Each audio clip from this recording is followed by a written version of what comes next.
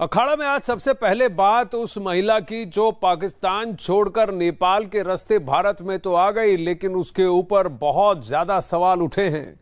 सीमा हैदर की सचिन से मोहब्बत की कहानी पाकिस्तान के लिए जासूसी करने के एंगल तक अब पहुंच गई है।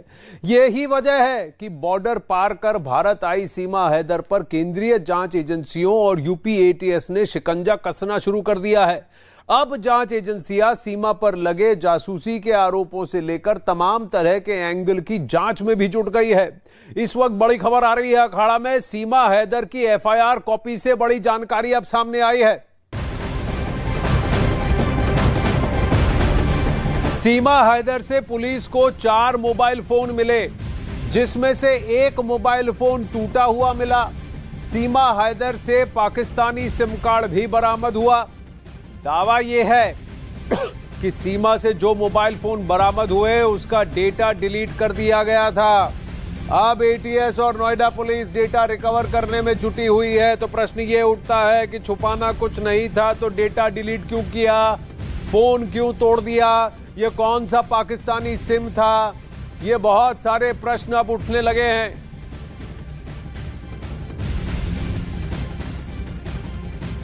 अब सीमा के खिलाफ दर्ज एफआईआर में पुलिस को सीमा के पास क्या कुछ मिला वो आपको बताते हैं। देखिए, ग्राफिक्स पर नजर डालिए। 4 मोबाइल फोन उन्हें मिले हैं, साथ ही एक सिम कार्ड मिला है और ये सिम पाकिस्तानी है। एक मोबाइल टूटा हुआ मिला है और सबसे बड़ी बात 3 आधार कार्ड मिले हैं। 3 आधार कार्ड मिले हैं, 6 पासपोर्ट मिले हैं और उसके साथ ही 4 जन्म प्रमाण पत्र भी मिले हैं। एक परिवार रजिस्ट्रेशन सर्टिफिकेट भी सीमा के हाथों बरामद हुआ है। एक मैरिज रजिस्ट्रेशन सर्टिफिकेट भी सीमा हैदर से मिला है जांच एजेंसियों को और एफआईआर में ये सारी बातें दर्ज हैं। 5 वैक्सीनेशन कार्ड भी मिले हैं और साथ ही एक बस टिकट जो काठमांडू से दिल्ली का है। इसके साथ ही 2 वीडियो कैसेट भी सीमा हैदर के पास बरामद हुए जो एफआईआर में दर्ज हैं। एक नेशनल आइडेंटिटी कार्ड एनआईसी जिसे कहा जाता है, यह भी सीमा से बरामद हुआ है और यह एफआईआर में दर्ज है। अब केंद्रीय जांच एजेंसी और यूपी एटीएस के सामने सीमा हैदर के मोबाइल फोन की जांच की सबसे बड़ी चुनौती है। सूत्रों के मुताबिक जांच एजेंसियां अब इस बात की जांच करेंगी कि सीमा हैदर ने नेपाल में किस नंबर का प्रयोग किया था और किससे बातें की थी। इस बात की भी जांच होगी कि सीमा हैदर ने पाकिस्तान में रहते हुए किस मोबाइल नंबर का इस्तेमाल किया था और किन लोगों से वो टच में थी और बातचीत कर रही थी।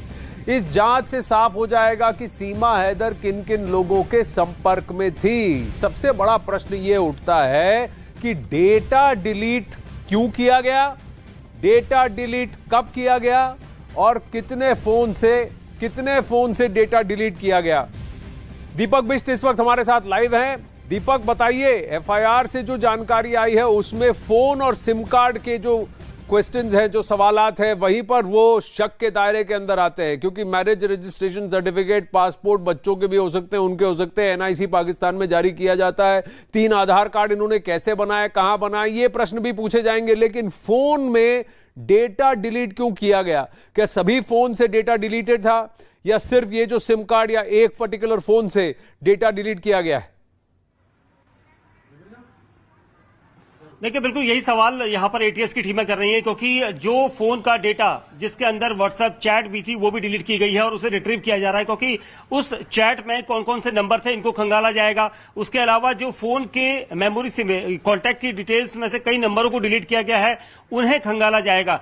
सबसे अहम चीज है, एक पाकिस्तानी सिम सीमा के पास से बरामद किया गया है। उस पाकिस्तानी सिम को एक्टिवेट करने की कोशिश यहाँ पर एटीएस के जरिए की जाएगी, ताकि उस पाकिस्तानी सिम में कितने नंबर ऐसे थे जो पाकिस्तान से ताल्लुक रखते हैं उनके बारे में डिटेल यहां पर खंगाली जाएगी। ये ऐसे सवाल हैं जिनका जवाब भी सीमा के पास नहीं है, क्योंकि सीमा से जब इन सभी चीजों के बारे में पूछा गया कि वो पाकिस्तानी सिम लेकर यहां क्यों दाखिल हुई, वहां क्यों नहीं रख के आई, तो उसने कुछ ऐसा उसका कोई खास जवाब नहीं दिया। साथ ही कई सवाल कल भी पूछे गए थे जो उसके वहां से आने तक के थे, क्योंकि जिस एजेंट ने उसे नेपाल के रास्ते भारत की बॉर्डर को पार करवाने में मदद की, वो एजेंट कौन था, क्या वो पाकिस्तानी एजेंट है, इसकी जानकारी जुटाई जा रही है। अभी तक उसके बारे में पुलिस को या फिर एजेंसियों को कोई जानकारी नहीं मिल पाई है। साथ ही जो गुलाम हैदर से उसके रिश्ते थे उनके बारे में पूछताछ की जा रही है, क्योंकि यहां पर जो पाकिस्तान में अब तक जो कुछ उसके साथ हुआ है, जो उसने यहां पर मीडिया के जरिए जानकारी दी है, उन बयानों का यहां पर मिलान किया जाएगा, क्योंकि काफी विरोधाभास उसके बयानों में है आनंद। और इसी वजह से एटीएस की टीमें जब तक संतुष्ट नहीं होती हैं तब तक उससे पूछताछ होगी। और उसके साथ ही सचिन और सचिन के पिता नेत्रपाल को भी एटीएस की टीमें पूछताछ के लिए लेकर गई हैं, जिसमें सचिन देर रात तक वापस नहीं आया था, जबकि सीमा और सचिन के पिता घर में जरूर आ गए थे। लेकिन सुबह 8:30 बजे एटीएस एक बार फिर इन दोनों को लेकर गई है और उनसे लगातार पूछताछ का सिलसिला अभी भी जारी है, क्योंकि एटीएस किसी भी चूक में नहीं पड़ना चाहती। जिस तरह से सवाल बन रहे थे कि क्या सीमा वाकई में जासूस है या नहीं, ये अब जांच जो है तेज कर दी गई है। एक बात सामने, एक बात तो बहुत जग जाहिर है कि 14 घंटा 16 घंटा करीब, इनफैक्ट 36 घंटे नॉनस्टॉप मीडिया के सवालों का जवाब जिस शांति से और आराम से जो सीमा दे रही थी, वो ऐसा नहीं लग रहा था वो किसी भी चीज से डर रही है या घबरा रही है। और वो तो वही कह रही थी कि पुलिस आकर तफ्तीश करे, जो भी पूछना चाहे पूछे। यही बात सचिन ने भी कबूल करी थी। लेकिन और उन्होंने कहा था कि हम तो पूरी तरह कोऑपरेट करने को तैयार हैं, हम तो चाहते हैं कि हमारी पूरी तरह से आप खंगाल लें, हमारे इंटेंशंस को समझ लें और फिर हमें यहां भारत में रहने का मौका दें। सीमा ने तो यहां तक हमको कहा था यहां पर न्यूज़ 18 इंडिया पर और अखाड़ा में कि मुझे आप कारागार में डाल दें, जेल में डाल दें, लेकिन वापस पाकिस्तान ना भेजें। इस वक्त बड़ी एक और खबर आ रही है कि ग्रेटर नोएडा से खबर आ रही है, जहां यूपी एटीएस एक बार फिर सीमा हैदर को पूछताछ के लिए लेकर गई। जैसा दीपक बिष्ट बता रहे थे, कल भी यूपी एटीएस ने सीमा हैदर से पूछताछ की थी। सचिन मीणा पहले से ही एटीएस के पास हैं। सीमा हैदर और सचिन से आज फिर ये पूछताछ होगी और ये सिलसिला अभी जारी है। कुछ प्रश्न वापस रिपीट किए जाएंगे, क्या दोनों को साथ मिलकर पूछताछ किया जाएगा, फिर अलग करके किया जाएगा, किस तरीके का इंफॉर्मेशन इनसे खंगालने की कोशिश की जा रही है, कहां पर शक की सुई आकर रुकती है, क्योंकि कई सारी डिटेल जो सीमा ने सब जग जाहिर की हैं वही बातें वापस कंफर्म भी हो जाती हैं, रिकन्फर्म भी हो जाती हैं। लेकिन क्या इन बातों का वो जवाब दे पाई हैं कि वो किस से पाकिस्तान में टच में थी, पाकिस्तानी सिम लेकर वो हिंदुस्तान में क्यों आई, कौन सा डेटा उन्होंने डिलीट किया, ये सारे प्रश्न जो है इस पर अभी भी उत्तर नहीं मिले हैं और शायद लगता है जांच एजेंसियां कन्विंस्ड नहीं है। सीमा हैदर और सचिन मीणा के पिता को भी एटीएस अपने साथ ले गई है। वहीं सचिन पहले से ही एटीएस ऑफिस में मौजूद हैं। इस मामले पर सचिन के भाई का क्या कहना है वो भी आपको सुनाते हैं। कितने बजे पुलिस यहां पर पहुंची आज सुबह? सुबह तो रात भर रही है, पुलिस घर के अंदर ही थी। घर के अंदर ही। और उसके बाद क्या कहा उन्होंने? सुबह सीमा से चलो। बस सुबह एटीएस से आई 9 बजे करीब। 9 बजे के करीब। सीमा ने कुछ बताया क्या बातचीत हुई एटीएस से? कुछ सीमा ने कहना चाह रही है, अगर मीडिया बारे हमें हंस गए तो मीडिया बारे तो किसी से बात ना करना, सब बाहर करना। ऐसा एटीएस ने बोला है। और ये बताया था सीमा ने कि क्या क्या पूछताछ हुई थी? ना कुछ भी ना हुई। दीपक हमारे साथ इस वक्त मौजूद हैं। दीपक, तो वहां सचिन के भाई का भी ये कहना है कि एटीएस वालों ने कहा कि आप मीडिया से बात ना करें, सचिन हो या सीमा हो, मीडिया से बात ना करें। 2 दिन पहले से भी आपकी बात हुई थी, उस वक्त भी आपने कहा था कि सीमा के पड़ोसी हैं, उन्होंने भी कहा दिया था कि सीमा को और सचिन को कि आप मीडिया से बात ना करें। ये पुलिस की हिदायत थी या फिर पुलिस सीमा को मीडिया में और ज्यादा एक्सपोज होते हुए नहीं देखना चाहती थी या फिर बहुत ज्यादा कवरेज नहीं देखना चाहती थी? क्या वजह थी इसके पीछे? देखिए आनंद, बिल्कुल ये वजह एक हो सकती है कि पुलिस ज्यादा उसे कवरेज या मीडिया फुटेज नहीं देना चाहती, क्योंकि और दूसरी वजह ये हो सकती है कि कई बार देखिए ये सीमा के लिए घातक होगा, क्योंकि उसने जितने भी यहाँ पर मीडिया कर्मी हो या फिर सोशल मीडिया पर उनके जो अलग अलग बयान आ रहे थे, हर बार बयानों में कहीं ना कहीं विरोधाभास था। तो सीमा अगर एक लाइन पर बयान नहीं दे पा रही थी तो वो उसके लिए खतरनाक था। और यहाँ पर शायद वही हुआ है, क्योंकि सीमा ने पिछले जब से वो यहाँ पर आई है तब से लगातार बयान दिए थे और उन बयानों में कहीं ना कहीं विरोधाभास था जब वो वहां से आई, क्योंकि हर किसी ने, हमने उनसे हर बार पूछा था तो हर बार कुछ ना कुछ उनके बयानों में बदलाव दिखा था। तो ये हो सकता है कि इसी वजह से यहाँ पर पूछताछ करना चाहती है जो पुलिस टीमें हैं और कोशिश यहाँ पर यही रहेगी कि जल्द से जल्द उन सवालों का जवाब तलाशा जाए, क्योंकि सीमा हैदर से अगर वो सच नहीं बोलती है तो लाई डिटेक्टर या फिर पॉलीग्राफ टेस्ट की तरफ भी यहाँ पर जांच टीमें बढ़ सकती हैं। आनंद जी धन्यवाद दीपक बिष्ट। दीपक बिष्ट स्टोरी को बहुत क्लोजली फॉलो करते आ रहे हैं। वहीं पाकिस्तान की सरहद पार कर पाकिस्तान की सरहद को पार कर भारत में आई सीमा हैदर की परेशानियां बढ़ती जा रही हैं। अगर आप तस्वीरों को देखेंगे जो हम आपको अखाड़ा में दिखा रहे हैं सीमा हैदर की, तो पाकिस्तान से हिंदुस्तान आते आते और पिछले एक हफ्ता 10 दिन के अंदर उनके ट्रांसफॉर्मेशन को आप बहुत गौर से नोट कीजिएगा कि कैसे वो पहले दिखती थी और भारत में आने के बाद जैसे ही उनको मीडिया से अटेंशन मिला उन्होंने कैसे अपना स्वरूप बदल लिया, कैसे अपने आप को भारतीय वेशभूषा और परिधानों में और लुक में ढाल लिया और कह दिया कि अब वो मुसलमान से हिंदू धर्म अपना चुकी हैं और पूरी तरह से एक हिंदू बहू की तरह अपने आप को मीडिया के समक्ष पेश कर रही थी। इस पर जरा ध्यान दीजिएगा। वहीं कल एटीएस ने करीब 7 घंटे तक सीमा हैदर से कई सारे सवाल भी किए। सीमा के कराची में घर, पासपोर्ट, पति, पाकिस्तानी सेना में परिवार से जुड़े कई जो व्यक्ति हैं उन पर भी सवाल किए गए। कहीं ना कहीं अटकलें लगाई जा रही हैं कि सीमा का भाई खुद पाकिस्तानी सेना में है। और आज फिर सीमा हैदर को एटीएस ऑफिस लाया गया है, जहां फिर से सीमा का सवालों से सामना हो रहा है।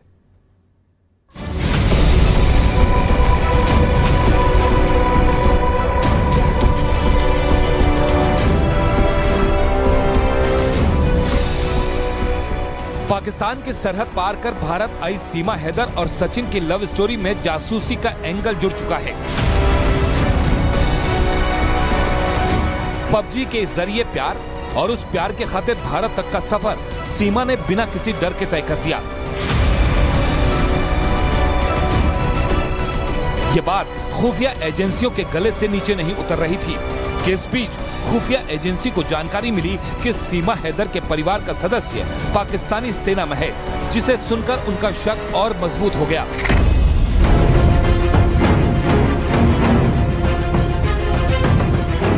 हकीकत क्या है उसे जानने के लिए यूपी एटीएस की टीम ग्रेटर नोएडा में सचिन के घर पहुंची। सचिन, सीमा और उसके 4 बच्चों को अपने साथ ले गई और फिर शुरू हुई सवालों की लंबी फेहरिस्त। सूत्रों के मुताबिक शुरुआती पूछताछ में जो सवाल पूछे गए थे वो कुछ इस तरह थे। सीमा हैदर पाकिस्तान से दुबई होते हुए नेपाल और नेपाल से फिर भारत कैसे आई? सीमा के पास मोबाइल और उसके नंबर के बारे में पूछा गया। सीमा हैदर से उसके पति गुलाम हैदर के बारे में जानकारी ली गई। सीमा हैदर के पासपोर्ट, उसके बच्चों के पासपोर्ट के बारे में पूछा गया। सीमा हैदर और सचिन की पहली मुलाकात के बारे में जाना गया। इसके अलावा एटीएस की टीम ने सीमा से पबजी ग्रुप में सचिन के अलावा कितने लड़कों से बात हुई इसकी जानकारी जुटाई। उसके परिवार के बारे में पूछा गया और नेपाल में सचिन के मुलाकात के बारे में भी जाना।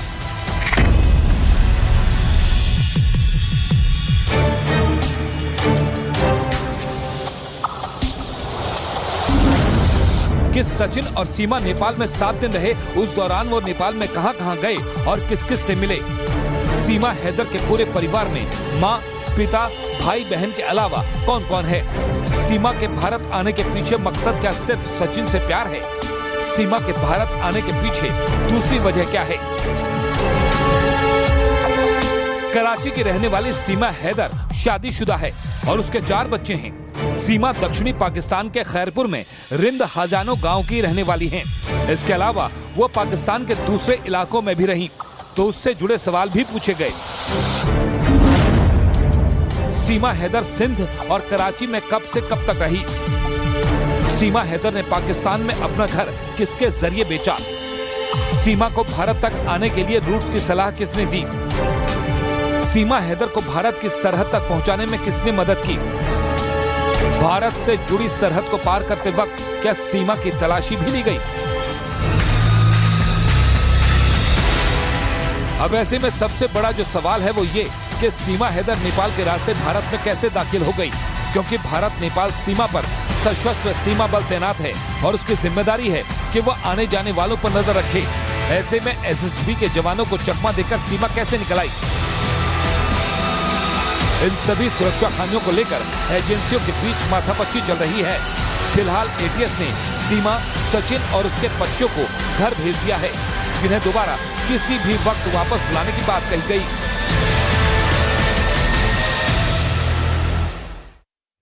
आप देख रहे हैं सीमा का पहला स्वरूप, और जब वो भारत में आई कैसे उसका स्वरूप बदला, तस्वीरों में शायद आपने नोट किया होगा। सीमा से हमने भी पूछा था आप पर जासूसी के आरोप है, तो उसने एक बात कही कि मैं 4 बच्चों के साथ यहां भारत में जासूसी करने क्यों आऊंगी। कैसे नेपाल से हिंदुस्तान के अंदर आई, पति पत्नी और 4 बच्चे आए, तो शायद शक की सुई उन पर ना गिरी हो, यह भी तो हो सकता है। उधर सीमा हैदर मामले में बड़ी खबर सामने आ रही है। सूत्रों के मुताबिक सीमा हैदर का पॉलीग्राफ टेस्ट भी हो सकता है। एटीएस पता लगाने की कोशिश कर रही है कि सीमा प्यार की आड़ में जासूसी या किसी गलत इरादे से तो भारत नहीं आई। पॉलीग्राफ टेस्ट का मतलब लाई डिटेक्टर टेस्ट। आपने अगर झूठ बोला तो वो सुई इशारा कर देगी। बहुत सारे प्रश्न पूछे जाएंगे। पहले टेस्ट किया जाएगा कि भाई इनके सच का जो लेवल है, हार्ट रेट, वो कैसा है, ग्राफ में ठीक बताएगा कि नहीं, और फिर उनसे उनका नाम, उनकी उम्र, कुछ ऐसे प्रश्न पूछे जाएंगे जिसके जवाब अभी जग जाहिर हैं। फिर एक पल्स बेस रेशियो तय किया जाएगा और फिर सवाल पूछे जाएंगे। और अगर सुई ऊपर नीचे फ्लक्चुएट होती है, यानी कि दाल में कुछ काला है, सीमा झूठ बोल रही है, सच नहीं कह रही, तो ये पॉलीग्राफ टेस्ट यानी लाई डिटेक्टर टेस्ट, इसकी भी संभावना है। सीमा हैदर इस वक्त एटीएस के रेडार पर है। एटीएस सीमा हैदर से पूछताछ कर रही है। पाकिस्तान से भारत आने वाली जो थ्योरी सीमा हैदर लगातार सुना रही है, उस पर किसी को भी विश्वास नहीं हो रहा है। सीमा हैदर की पूरी थ्योरी सस्पेंस है, प्रश्न चिन्ह लगा है बहुत बड़ा।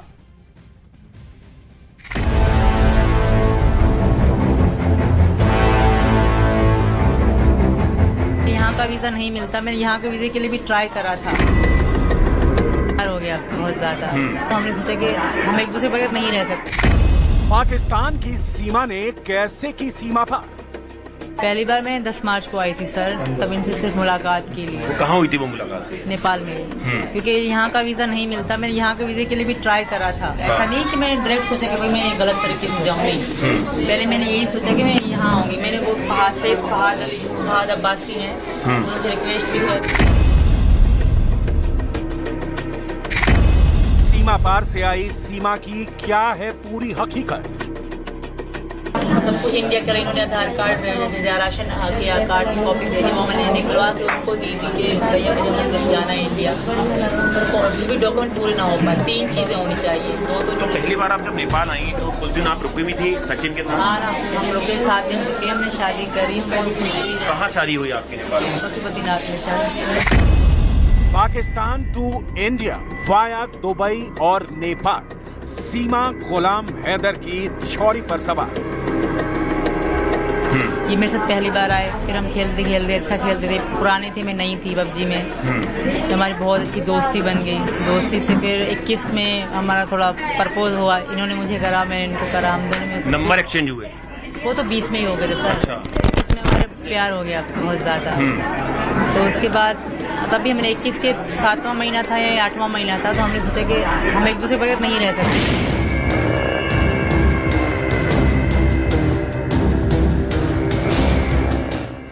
पाकिस्तान से अपना प्यार पाने के लिए भारत आई सीमा हैदर और सचिन की लव स्टोरी में ट्रैवल हिस्ट्री के सवाल पर टोटल सस्पेंस है।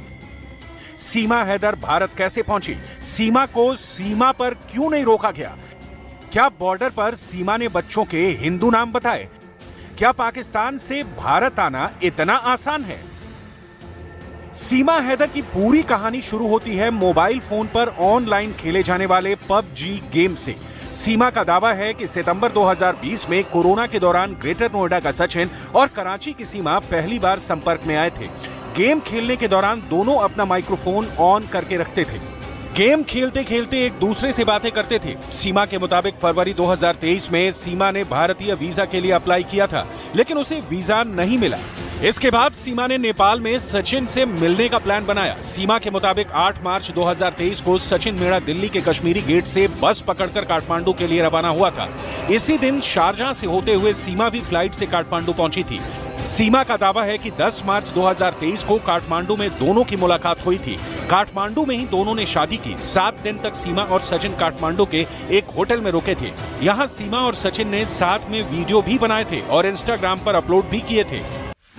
इसके बाद सीमा नेपाल से पाकिस्तान लौट गई थी। सीमा के मुताबिक कराची लौटने पर सीमा ने सबसे पहले एक ट्रैवल एजेंट से अपना घर बिकवाने के लिए बात की। घर बेचने के बाद 10 मई को सीमा ने यूएई के रास्ते काठमांडू आने के लिए फ्लाइट पकड़ी। नेपाल पहुंचने के बाद सीमा ने प्राइवेट बस से दिल्ली तक का सफर किया। सीमा ने भारतीय मीडिया को जो कहानी सुनाई उसके मुताबिक सीमा को डर था कि कहीं वो पकड़ी न जाए, इसलिए जब कंडक्टर ने उससे आईडी मांगी तो उसने अपना नाम सीमा और पति का नाम सचिन बताया। सीमा ने बताया कि वो ग्रेटर नोएडा के रबुपुरा में रहती है। ग्रेटर नोएडा पहुंचने के बाद सीमा और सचिन एक किराए के मकान में 1.5 महीने तक रुके। सीमा का आईडी कार्ड बनवाने के लिए 29 जून को सचिन बुलंदशहर के एक वकील से मिला, लेकिन जब वकील ने सीमा के दस्तावेज देखे तो पाकिस्तानी पासपोर्ट देखकर वो दंग रह गया। उसने पुलिस को इसकी सूचना दी, जिसके बाद सीमा की गिरफ्तारी भी हुई। हालांकि उसे जमानत मिल गई और इसके बाद ही सीमा ने टीवी चैनल को एक के बाद एक इंटरव्यू देना शुरू कर दिया और ये पूरी कहानी दुनिया के सामने आ गई। हर रोज नया खुलासा हो रहा, उसके बाद फिर इन्हें मिलना जुलना बिल्कुल बंद कर दिया। यहाँ नहीं मीडिया से नहीं लोकल आदमी किसी से मुलाकात नहीं हो रही, अंदर बैठे हुए हैं सब। भाई ये एजेंट हो सकती है। कैसे? क्यों? जब दो को छोड़िए तो यहाँ क्या भरोसा है तीसरे का? सीमा के बयानों में विरोधाभास के बाद अब जांच तेज कर दी गई है। एटीएस सीमा से पूछताछ कर रही है। सीमा पार की सीमा को लेकर एक नहीं दर्जनों सवाल हैं और हर सवाल के जवाब की तलाश इस वक्त की जा रही है।